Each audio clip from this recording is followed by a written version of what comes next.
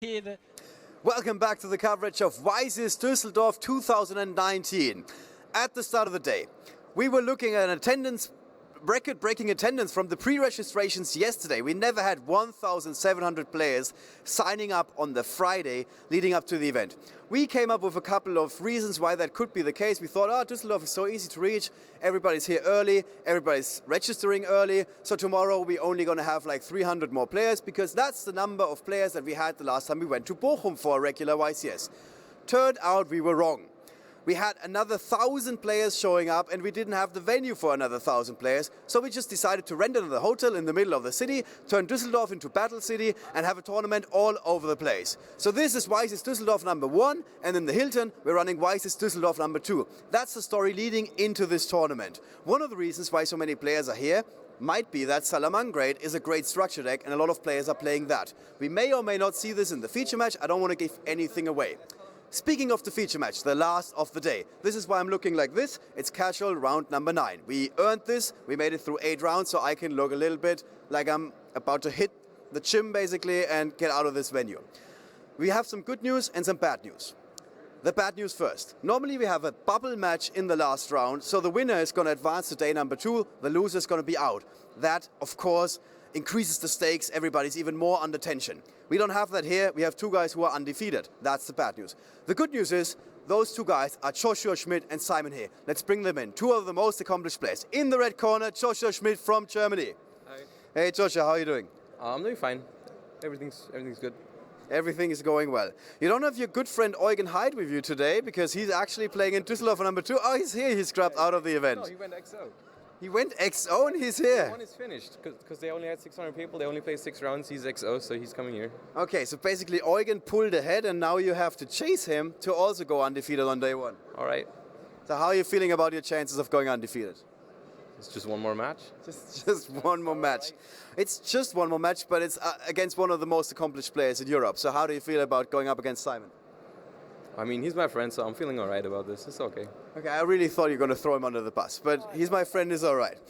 So please have a seat. You're, of course, used to the feature match. I don't have to ask you if you're nervous. You're probably not.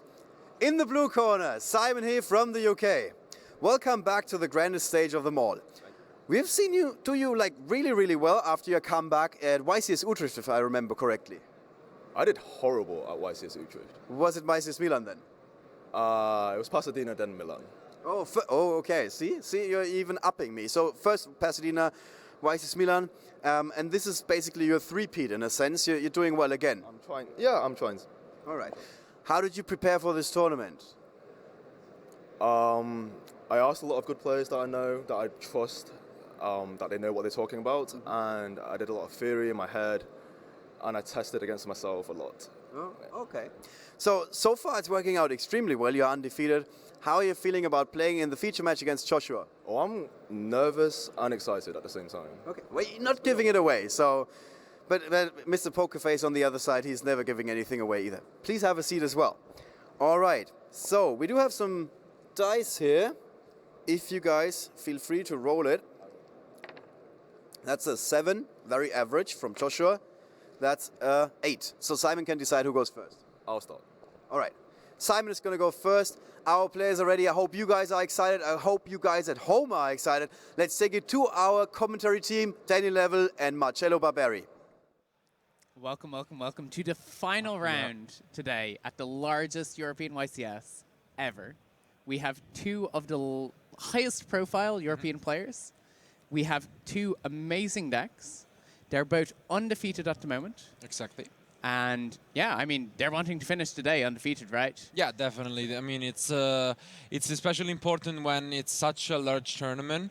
And as Oliver said, we're going to have top 64 tomorrow. So if you go XO on day 1, you're basically guaranteed to top. It's going to be super easy. So as you said, they're both used to being on stream. They're both used to being on future matches. So I don't expect them to be tense. We know Simon, of course, is getting back to the game, but we saw it recently at the last YCS in Europe, going in top 8 and being streamed there. So he's definitely getting back to the game, probably even as better as he ever was. because you grow through the years. Well, Joshua is of course always consistent. He's adapted to what's the meta has become essentially, Exactly. and we can see that their players have their headphones on, so we can go ahead and tell you what their decks are. So Joshua Yep. is playing the new deck, so he's on Salaman, and it doesn't stand out to me. Like the deck list seems to be really consistent, and it's both a wise decision and a lucky decision in the sense that he couldn't know that there was going to be that many people. No one expected top 64, and Yes. when you play such an event, you want to have a standard deck that's consistent, that does everything the same every round. Well, what about Simon? So Simon is playing Sky Striker. And again, I feel like these decks are kind of two halves of the one coin, where they're both the control decks Yeah. that I would be on in this format. Striker has that slightly higher ceiling, where Salamangreat, you're ending with 2 pieces of interaction Sure. generally. Striker, you can end up with 4 sometimes, depending, and you can end up with a lot of cards in hand. So you have that ability with the Striker deck where you're slightly less consistent. You technically have more access to... You have less access to your starter card. You have your 3 copies of Ray, you have your 3 copies of your field spell, and you have your Sure. reinforcement of the army. And you're just hoping, if you get your Ray on the turn 1 and you get your engaged, then you're in a really great spot. Whereas with Salamangreat, it's definitely a safer but lower ceiling deck, I Definitely. think. They're both control decks. They usually have a grind game, and grind games we know are skillful. They're both skilled players. So I'm really excited for this match. Let's just go to the table. It's going to be great.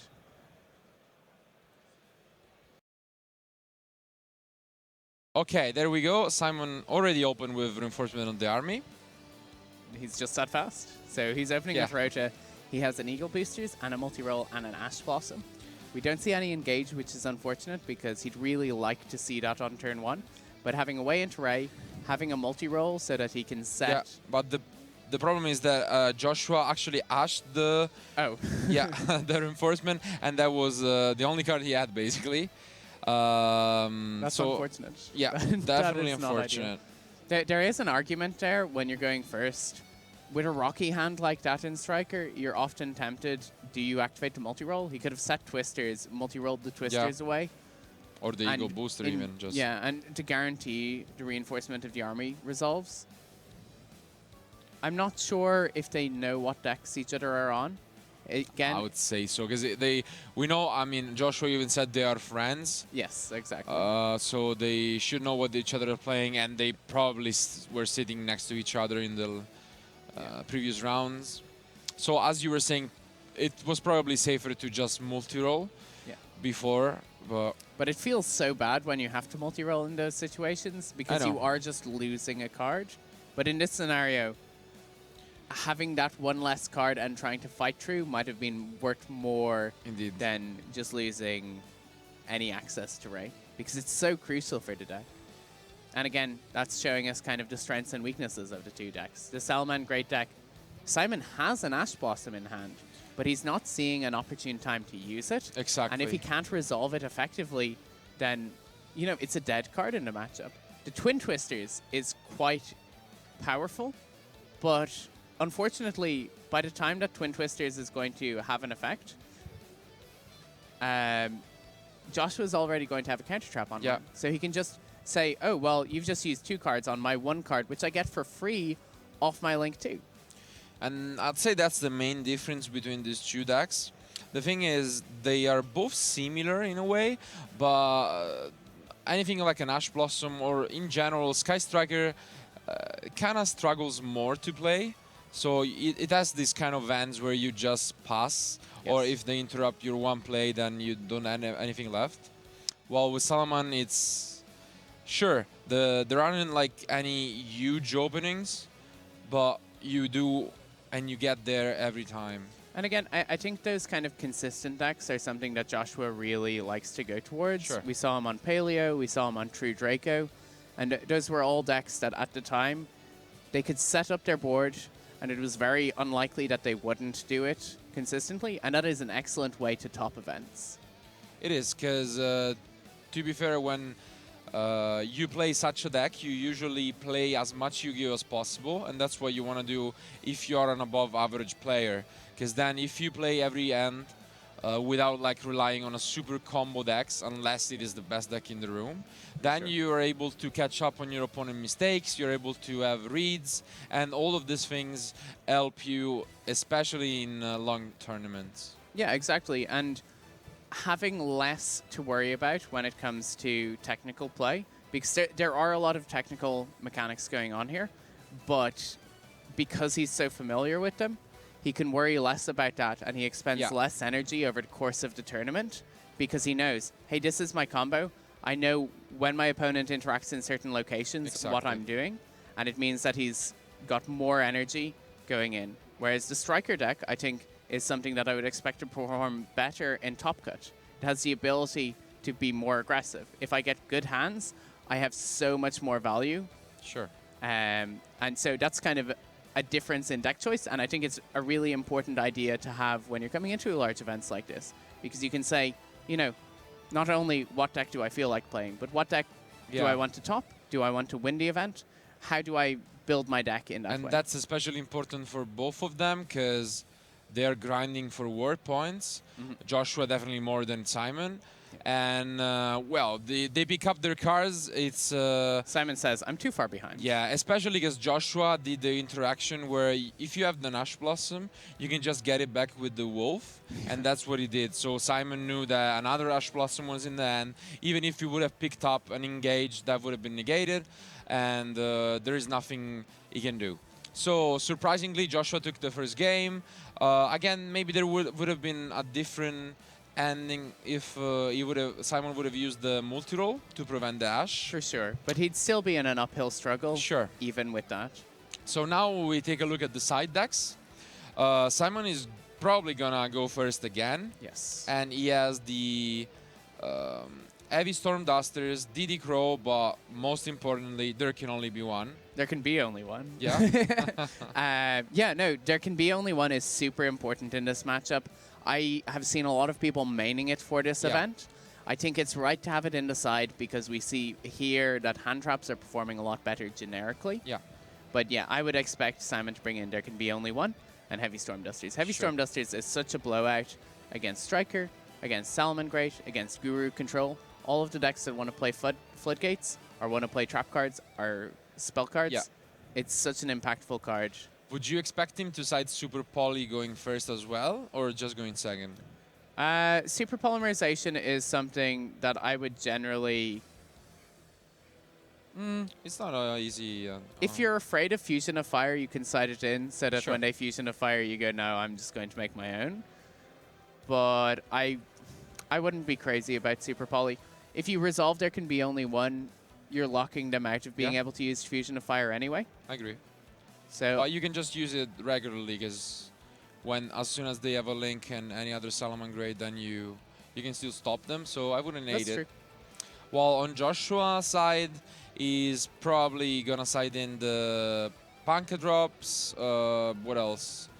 Maybe the Fusion of Fire. I think Troll and Lockbird can be quite decent if you really want to mess up Striker. Yeah. In that, as we saw there, Striker is more fragile since it only has one Hornet Drones and less access to Ray. But yeah, I really wouldn't mind seeing the 3 copies of Fusion of Fire. Yeah, I think Fusion of Fire, Pankratops, and Twisters are the cards I'm looking at. It might just be a case that they both bring in Super Polymerization. Yeah, it's possible card's that we really see a strong. double Super Polymerization game. But yeah, Fusion of Fire is especially good in this matchup because Sky Strikers always end with a link. Yeah. And you're able to get rid of that even if they have Eagle Booster.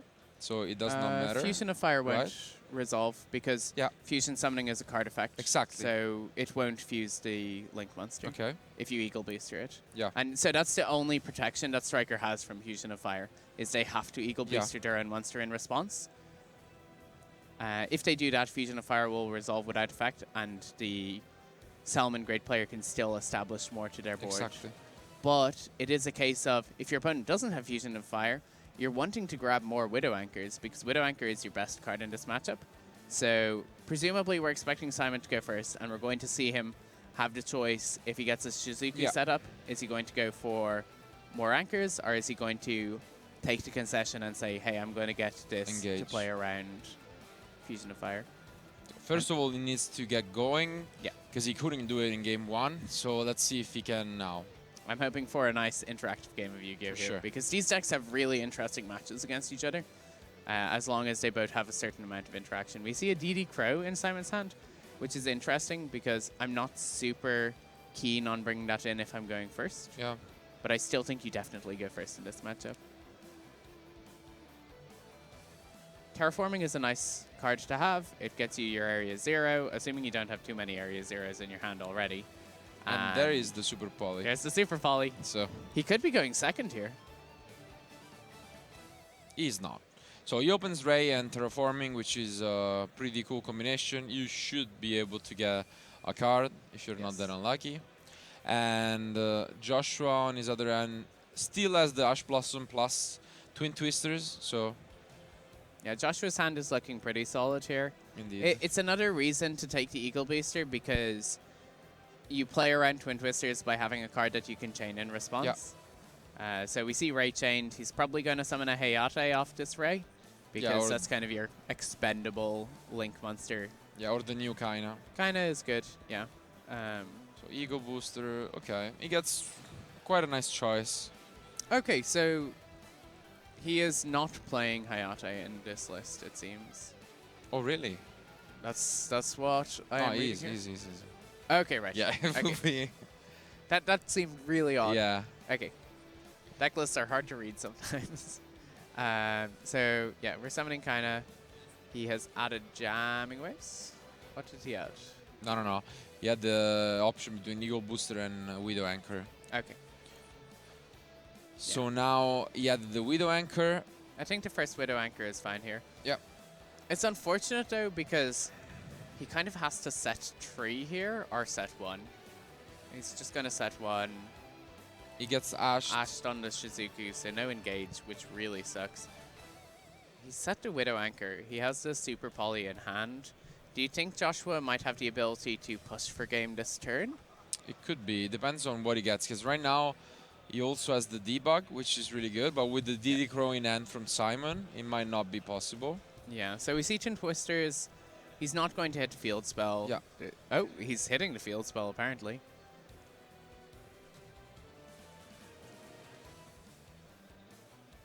I mean, Oh, he that's drew another reasonable. Ash. Okay. You force your opponent to decide whether or not they want to summon a Ray from their deck. Sure.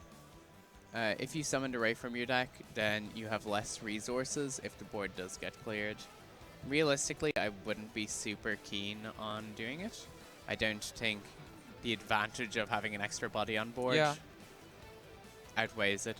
If you had no monsters on the field, completely different story. But Of course. So Simon's going for the summon. I don't think it's unreasonable. I just... No, you might as well do it. Because, I mean, you know Fusion of Fire is a thing. So if they have that, then you want to be able to have another Ray on the field. For sure, but when you don't have 3 spells in grave, Fusion of Fire isn't afraid of a Widow Anchor. So realistically, Joshua could have Fusion of Fired and then just not destroyed the field spell. The problem is that because Joshua had the choice there, Yeah. it means that Joshua weighed out his options and decided, I don't care if my opponent has this Exactly. Ray. And because it is up to Joshua to clear the Link monster, Simon doesn't have a chance to interact with this Ray. So Yeah. it's burning a resource, and I'm not sure if that's something that I would be wanting to do in that scenario. I mean, I see your point, but at the same time, it could be a bluff as well from Joshua. For sure. So he knows he wants to get rid of as many cards as possible, and if the Ray does not matter, then you might as well give him an hard time, because by doing this, you force him to deal with the Ray before. Yeah. Additionally, it increases your odds of drawing Engage minutely. Yes. By the smallest fraction of a Ray is percent. kind of an engage, because you can search it with Ayate, but so You know. I know what you mean. Yeah, but that's the thing. I think I would prefer to have the Ray available to draw into. Sure. Because we need to see Engage next turn, or else we're not playing this game. Super polymerization could change that. Super polymerization It's is a very definitely good a card. really good card. You can do it in the draw phase if you really want to. Don't gain anything from it, but you can do it. We can remind that no cards can be chained to it, so Yes. So for people who don't know, super polymerization was very popular back at YCS London that Exactly. you played at. yeah. Really impactful in Shaddolls, and it's starting to see play again here. It was put to 1 on one of the recent lists, and It came back, yeah. it's something that I've seen in Striker all the way back when Soul Fusion came out, because it gave you an answer to The Thunder, Dragons. Wolves, You could summon the Predaplant fusion monster. I forget the exact name of it. It's a Predaplant? big dragon. And there's a Predaplant fusion, which is just dark monsters on the field. So you could just fuse 2 Colossus for it. You know, it was kind of a niche card there. Yeah. But with the rise of Salamangreat, being able to change super polymerization to their fusion of fire is really good. And then it also has a Thunder Dragon coverage. Oh, in fact, Simon is playing the Predaplant. Yeah, he is playing it. Dragostopia. Palia, yeah. There we go. So when you only have debug, you're forced to use the fuse spell on the Balinks, because otherwise you don't get anywhere, and that's what happened. And now Joshua just because the DD Crow from Simon shut down his play. DD Crow is a really good card. Definitely. It's been- Now it basically came back. We didn't see it for a lot of time. I remember it was basically one of the OG entraps in the game, and now it is back, and I'm happy to see the card back. I think it's always great. It's something that I love about Yu-Gi-Oh! As a card game, is that because we have a format that spans the entire length of the game, you can always find cards from the past that are relevant now. Like DD Crow, you know, it's been relevant since all the way back at Light of Destruction, sets like that. And now suddenly it is relevant again here. And it kind of comes and goes. Like every time I'm going to an event, I kind of take out my deck box and I'm like, is DD Crow good? Exactly.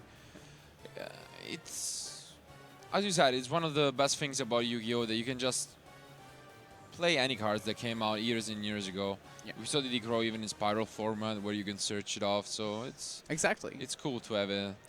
So Hayate is sending Engage. Engage, he crashed the Ray, so... That's another issue with having the Ray there, was... Exactly. If he'd summoned off Hornet Drones, I definitely would have seen a lot more reason to summon the Ray. And again, he's fine here. He has Engage. His opponent does have an Ash Blossom though, so... Yeah. That Engage is not doing much, unfortunately. That's definitely an issue. We've seen a lot of Ash in this game. Yes. And now Simon picked up his own, so we're gonna see how relevant it becomes. Ash on a set Super Polymerization is a board that I'm pretty happy on, because he'll get to Shizuku, and he can Shizuku for either Shark Cannon, or else he can Shizuku. I'd probably grab multi-roll here and just hope that I draw one of my ins to Ray again. Because he can't draw Engage, he can't grab Window Anchor. So most of the kind of go-tos are gone. Could grab Jamming, or he could grab Afterburners if he wanted. Yeah, the thing is, you don't really know what Joshua has at the moment, so... Actually, I think Hornet Drones might be the line to go for. Because Hornet Drones means even if you have to Super Poly and the board is reset, then you have access to pressure on the board. Do you agree with not setting the Super Poly here? Joshua does not have much pressure here. However, I would be uncomfortable not setting it. You've already seen a Twin Twister from your opponent, so Simon's going for the multi-roll, which I think is a completely reasonable take. I think the safer option is definitely grabbing the Hornet Drones, but the multi-roll does more. The multi-roll means your Shizuku next turn is impactful instead of just advantageous. I'm still thinking about the Super Poly in hand, because we know they're both basically super low on cards. Yes. So I wouldn't hate it to just use it, not when he's feeling a threat, but just, I don't know. Just But simplify the board state, exactly. because if you take Salamangreat cards off the board, then the Salamangreat starts stalling. Yeah. So once he uses his normal summon and he's committed to that play, it's often that you can just take the card. I don't believe there's a Foxy in graveyard at the moment. There's no Foxy, so... There is no spinny at all, Yeah. and he picks up the Jaguar, which is a really good draw, because now he's able to recycle more. Yeah, I think that it's quite possible that taking the Super Poly would have been the right call. As it is, if you took the Super Poly, the Gazelle would be able to summon after Poly resolved, right? Sure. So the Salamangreat would not be completely locked out, but it also seems like it could be in a difficult position.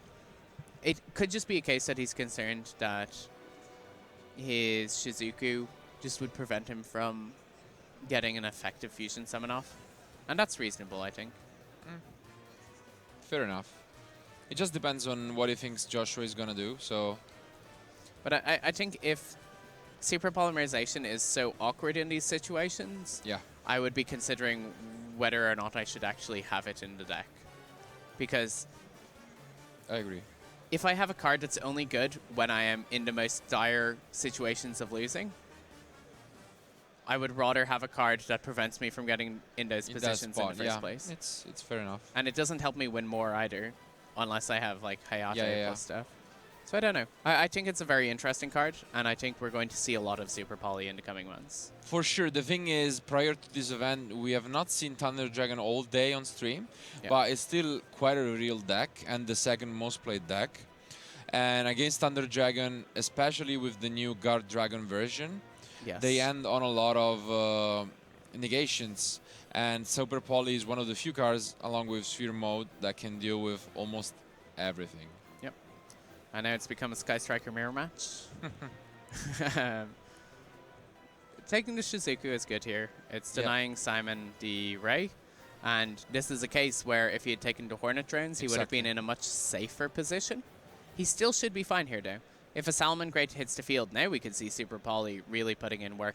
Jamming Waves can also clear the board load here, because I believe Simon has his threshold. He draws a multi-roll. So Which is definitely unfortunate. And now, I mean, he has more than 3 spells, right? So yeah, he can so he still can go jamming multi-roll waves. Jamming Waves, and he'll have an anchor for the following Yeah. turn. The Shizuku will no longer be on board, so it'll be one Brave Anchor and an Ash Blossom Sure. versus Salamangreats. So it's okay. Yeah, it's a fine position to be in. It's not ideal. He doesn't use the multi-roll right now. He might be playing around something like Twisters, because he can just go multi-roll, and then Yeah, he gets one of card course. back guaranteed. Joshua is thinking.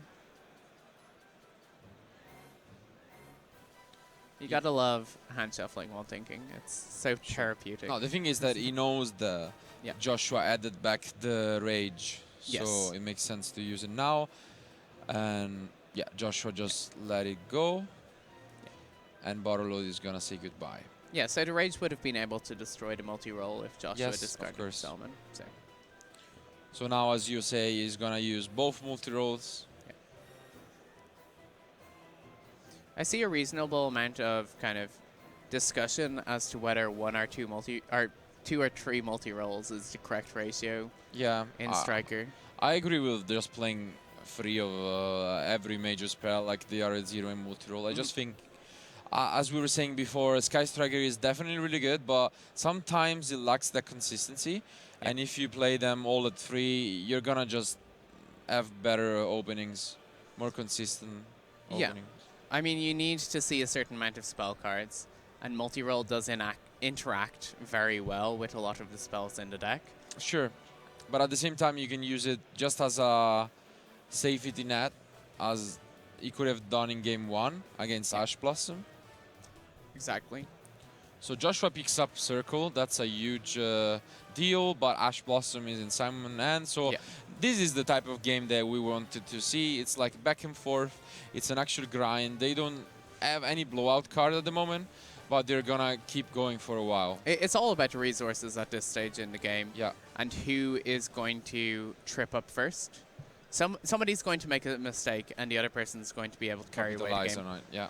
This is the part where Striker is better, because the Striker deck is able to use multi-roll to get back the Widow Anchor, and then at the end of this turn, he's going to get back his engage. And if Joshua can't find a way to interact with that engage, then he is going to be in trouble. Sure. But he still has a lot of gas. He has Circle and Gazelle, which is a big deal, because now he has like all the good one-offs, because he has the Jaguar Grave and the Falco, which will be able to add back cards. So it's... Well, the problem is that we Widow Anchor the monster on board here, so that he doesn't have a Salamangreat card. Gazelle can't activate because it's not left to field. But you can still spin an opponent monster, which is relevant. Right. So if he adds it now with Circle, I mean, we know Ash is in the end, but Yes. if that wasn't the case, Oh, for sure. he could have done that. Yeah.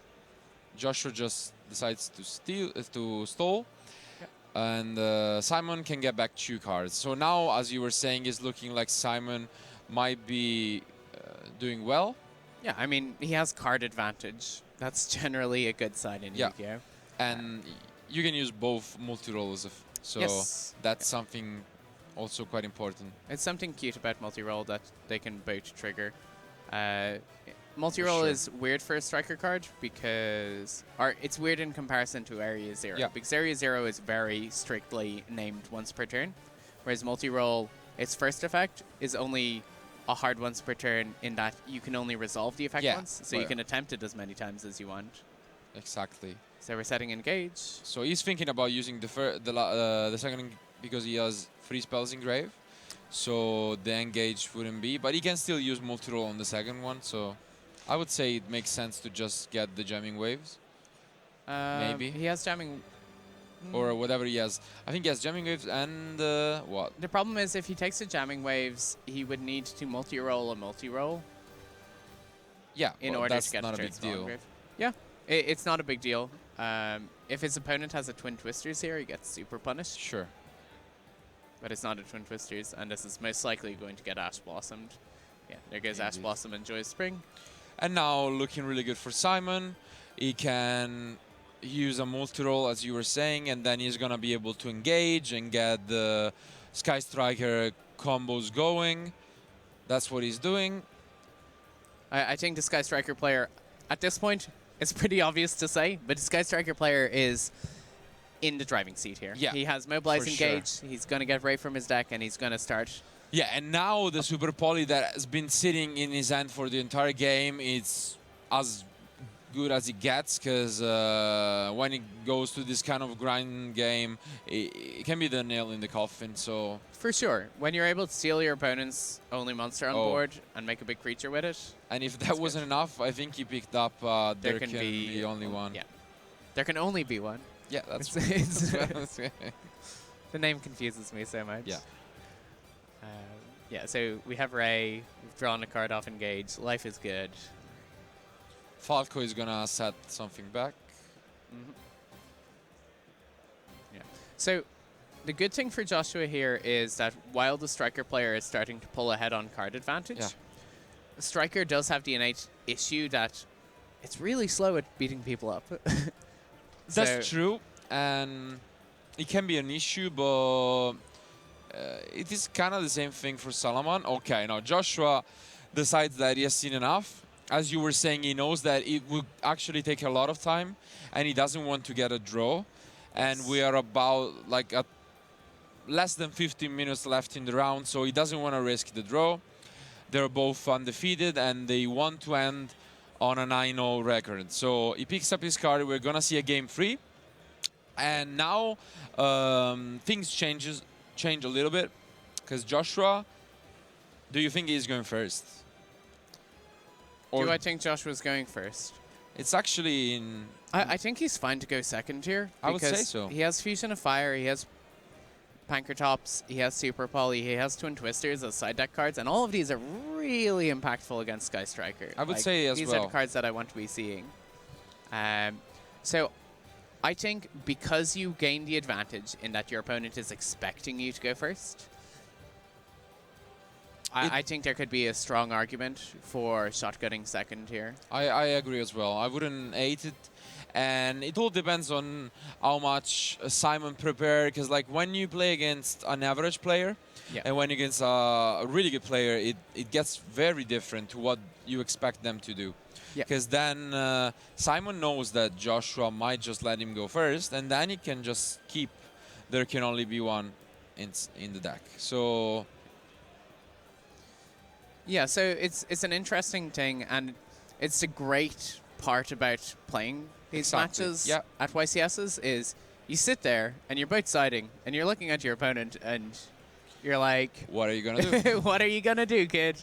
You know, and I think, you know, side decking at large events is one of the most enjoyable parts of the game For sure. because you have such a showdown and you're kind of trying to get a read on your opponent. Like, is he thinking what I'm thinking? Is he thinking what I'm thinking and then trying to counter what I'm thinking? Yeah. You don't have to overthink too much when you do this kind of thing. That's also a mistake. But overall, it's definitely an important part of the siding and on Yu-Gi-Oh! In general. You get so many free wins by doing these kind of things. And let's see how it will go. Professional shuffling, my favorite. Yeah. It is, of course, really important to be shuffling your opponent's deck because, you know, it's just make sure everything is in order. It's also good to count your opponent's deck. That's one of the only reasons. Yeah, to you be never pile know, shuffling at exactly. events is there's often times where you count your opponent's deck and you say you're playing 45 cards, and suddenly you realize they're probably playing something like Dark Warrior or something weird. You can tell a lot, or you can assume a lot based on your opponent's deck size. It is definitely relevant. So let's see. First of all, let's see who is going to go first. And Game tree, final game of the day. yeah, final game of the day. It's been definitely a long day. And we had a lot of matches, a lot of fun. So let's see how it will end. One of these guys is going to end on an IO record. Yeah. And it's going to be a huge deal for tomorrow. You can just sleep in for the first round. Basically, Yeah. because we're Yeah. going to have 3 more rounds tomorrow. Let's Yes. remember.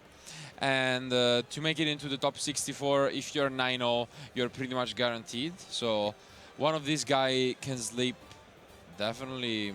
For a good few hours, Yeah, you for a know. few hours. Nice, easy start to the largest YCS. Day Yep. 2. Tomorrow we will also have YCS Düsseldorf Part 2 in the venue as well. Exactly. So we should be able to get you guys some coverage from those games, which I'm very excited for. Definitely, definitely. It's a first for everyone. It never happened before in the entire world. So we want to see how that's going to come down. Josh's hand is looking quite nice. Yeah, I'd Joshua's hand is happily good. take that. We're just waiting for Simon's to come through. But yeah, it's... Sure, it's... Oh, okay. Joshua is the one going first. Okay. So it did surprise a little bit. Part of the Cyrus is in the deck. I've seen a lot of people thought... like, there are different opinions about that. But usually you have only a few one-offs, like the Sanctuary, which you can search right away. And that's what he is going for. And after you're done with that, you don't really care about what you're going to banish. So it's a strict +1 and no real consequences. Simon does Ash, so that Gazelle can send Roar or Rage. And now we're going to see, just like in game 1, the usual Stalio play. Getting the Jaguar, so that he doesn't banish that with Pot of Desires either.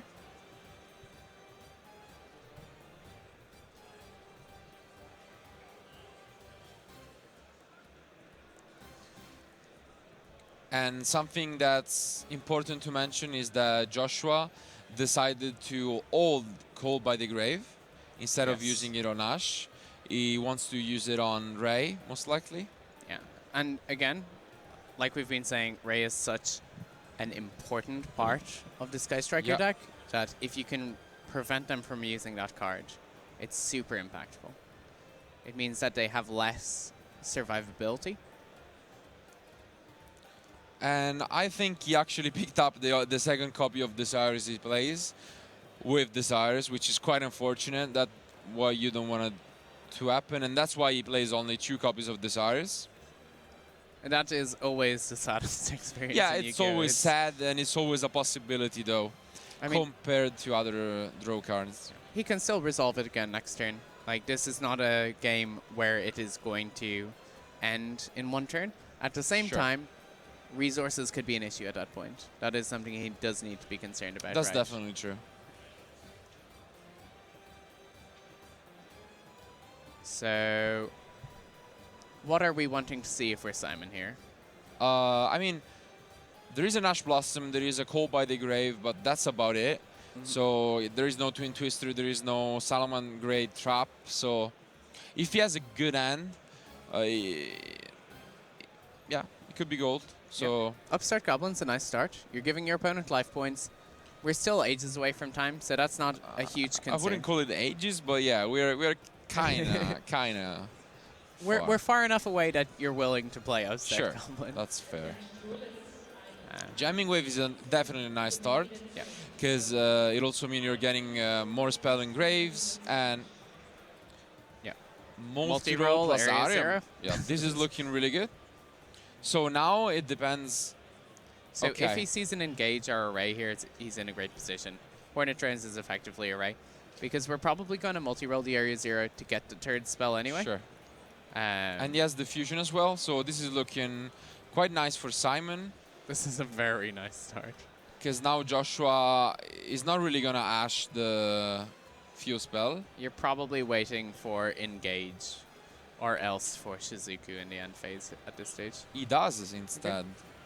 He knows his opponent has the Hornet Drones though, but on the plus side, it means that Simon now has to decide when he summons his Hayate, is he going to summon Hayate and send engage, or is he going to summon Hayate and send Sure. Ray? It doesn't seem like it's that big of a concern, but we can see that Simon actually has the Ray, so that Ash Blossom was actually probably the worst that Joshua could have used. Yeah. So now Ayate is down.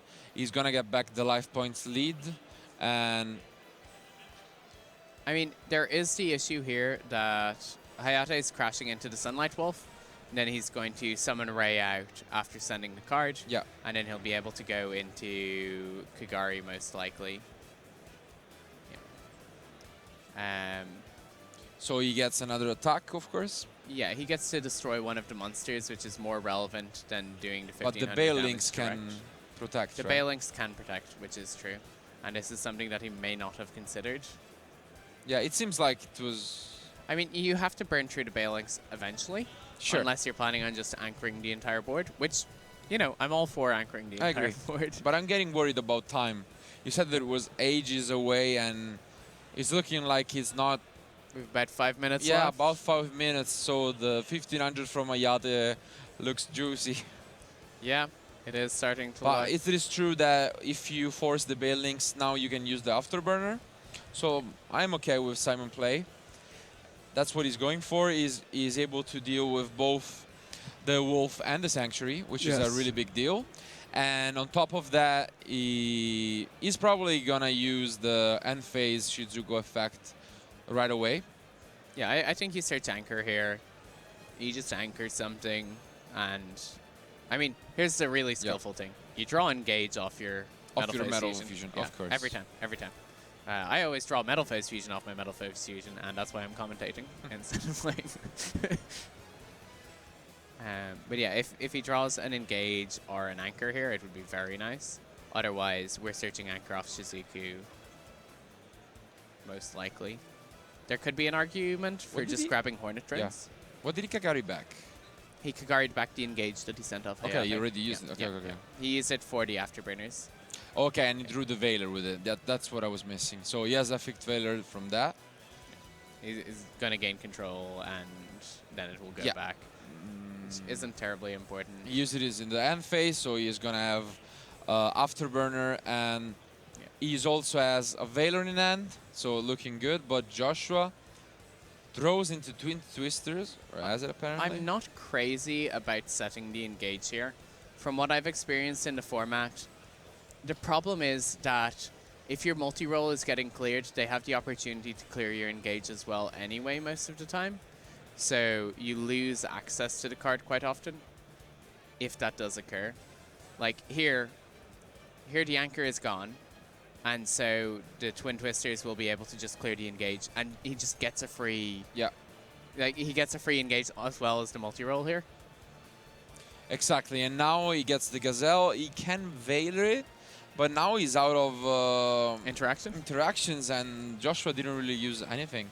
Yeah. So Joshua gets to cycle through his combo again. And his combo. yeah.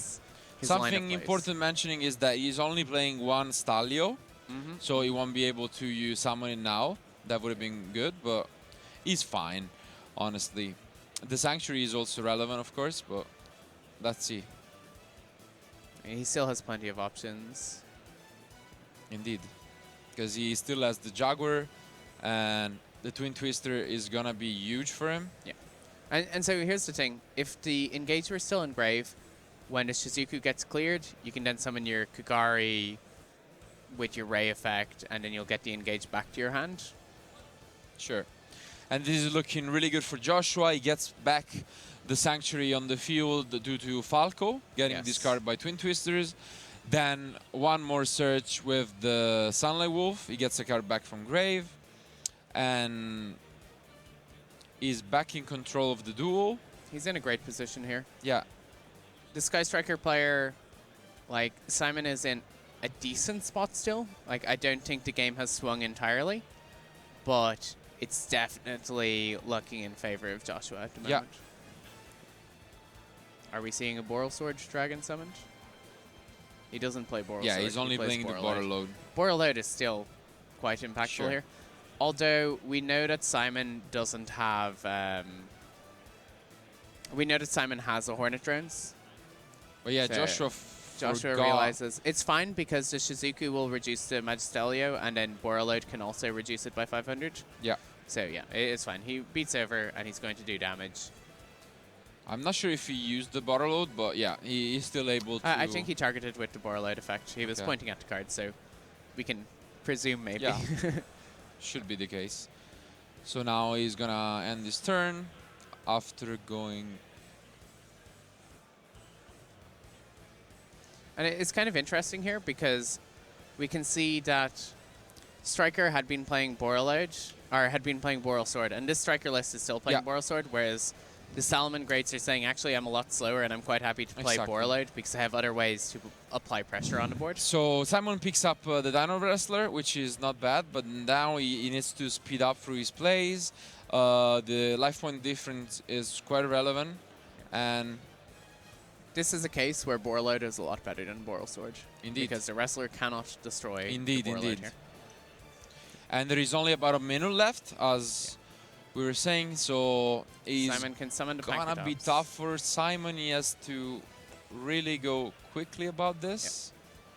He's going to have his Kugari reduced by Borreload in response to the Afterburners. Sure. But that's fine. That's That's not fine, a big deal but here. Simon has to speed up. He can summon the Hayate Dino isn't Wrestler. enough damage here. He needs to summon the Dino Wrestler. He needs to progress his game state. Jaguar is 18, right? Which card? Jaguar. I think we can bring it up. Yeah, it is 18. 1800, so... And there are 1, 2, 3... There are 3 spells in the graveyard of Joshua, I believe. He still has the other 0. Joshua is thinking on area activation. Does he have Ash Blossom in hand? He again? does. He does, yeah. So we resolve Ash Blossom and Joyous Spring. Simon is thinking. He summons his Pankratops. Pankratops is going to attack. It will attack the Jaguar. Yeah, there are 3 spells in his grave, so... Banish Bellulinks. Yep. So that is 400 It doesn't damage. seem like he can get anywhere, so... I mean, he can clear the board here, but clearing the board isn't It's not enough in time. when you're in time. Yeah. So I think they should be in end of match procedures. Yeah, so they're in end of match Time is procedures. called. This is the final phase of the final game Exactly. of day 1. So Simon just has to decide. All he can do is like crush his monster. I don't even think that could be the case depending on the spell and bottle load. But so he's losing 500 attack, and then he's losing an additional 300. Yeah. And then he has about multiple 7 spells in grave. Yeah. I think he has 7 spells. He has 6 or spells 7. in grave. Yeah. So he's on yeah. 1300. He can't effectively crash into anything. Yeah, because He can summon a Hayate, but it's not doing enough damage. He can summon Kaina, but he has no way to gain life points. yep. So I'm not seeing an out here. But this has been Definitely seems tough, but great yeah, match. definitely. It's what we wanted to see when we picked this this match. Yeah. A grind game, both back and forth. They're just counting right now. It doesn't really matter, so they can take their time since time is out anyway, and this is the last phase. Like, you don't want to throw away a win. Of course. You got to check everything to make sure. And Simon yeah, says. there goes the handshake. Joshua takes the match. He goes on undefeated. So let's go to the post-match discussion and see what happened.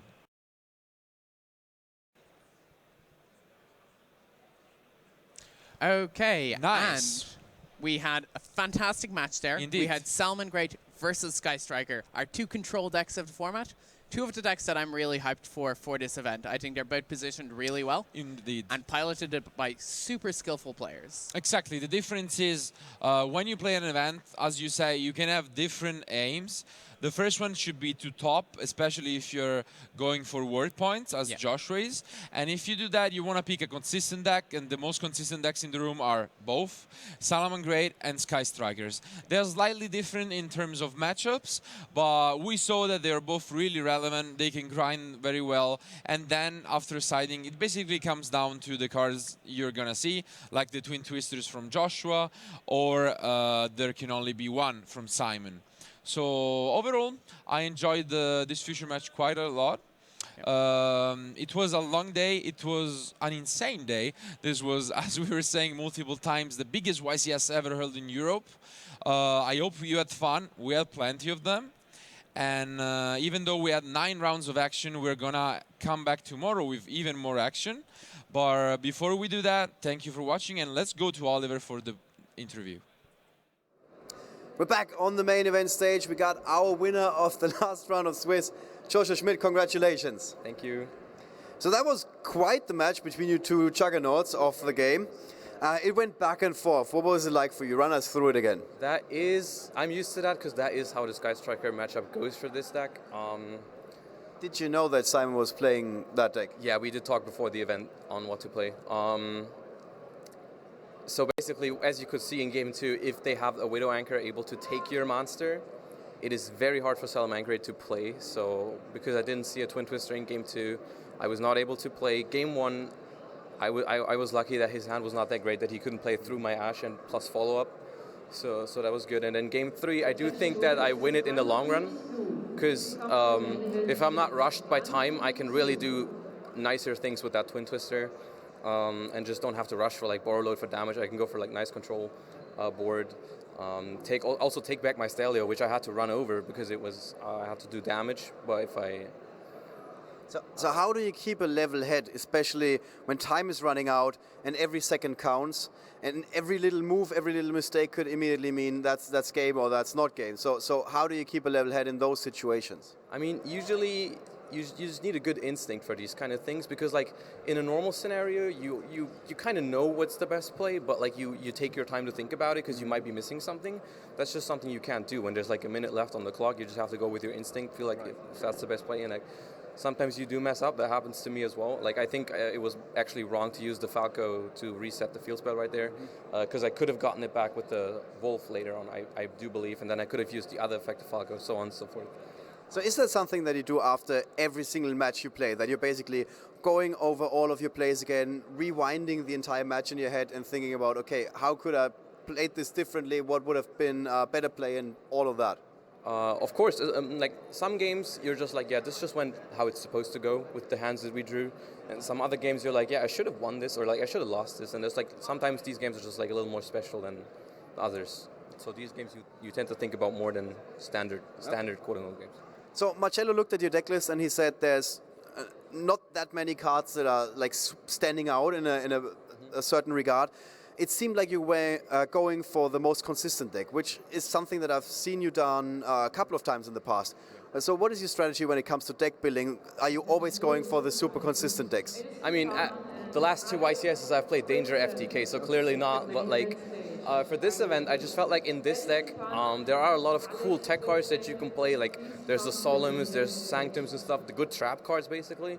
But I felt like this deck was so good at going first already. I threw so many hand traps into my deck. I was just like, when I go second, I'm gonna have a lot of hand traps, which actually worked out a lot this tournament. Like I lost a bunch of dice rolls, but I'm playing like 12 hand traps, so I was fine. But then when I go first, I just try to have the most combo cards possible, and then just go back it up with hand traps as well, which are just as good going first as going second. All right, so now you're 9-0 on the first day. You're basically guaranteed in the top 64, if I'm not mistaken. I don't want to promise something. I'm not sure, but like I don't plan on losing all 3 tomorrow. So like if I win one more tomorrow, it's for sure. Yeah. All right. So I guess you're feeling quite well about your quite good about your chances for that event today. Any last tips for anybody else who's in that situation that you are in right now? They are going on the break basically for tomorrow. How do you prepare for tomorrow? Basically, just try to get to bed as fast as possible. That's like the thing you always try to do. Just try to get some food in a place that doesn't take a lot of time and just get some rest, because that's the most important thing. That's all it is. All right. Heard it here first from one of the champions, Joschua Schmidt. Thank you very much. Hope to see you again tomorrow. Guys, that's it for day number 1. The tournament day number 1 of YCS Düsseldorf. We have already been in this venue yesterday and spent quite a few hours recording stuff for you. You're not going to see any of that for now, because that's it for day number 1. As I mentioned earlier, tomorrow morning we're going to be starting at 9:30. So that's a little bit different compared to what we're usually doing. Normally we start at 9 sharp. Tomorrow morning it's going to be 9:30. With that, thank you once again to all the members of the staff team, all the judges. Some of them traveled to the other location, ran a tournament there, came back and helped out here. So we've seen some really hard work from all of our judges. We couldn't have done it without them. And also another big thank you to all the players that made this possible. They were patient. They said, okay, we understand it's a difficult situation. They went to the other venue, had a very good time there, at least some of them, came back here, and tomorrow they are also going to be playing in this venue here. So that's it for day number 1 of YCS Düsseldorf. I hope you guys enjoyed the coverage, and we're going to see you very soon at 9:30 tomorrow morning.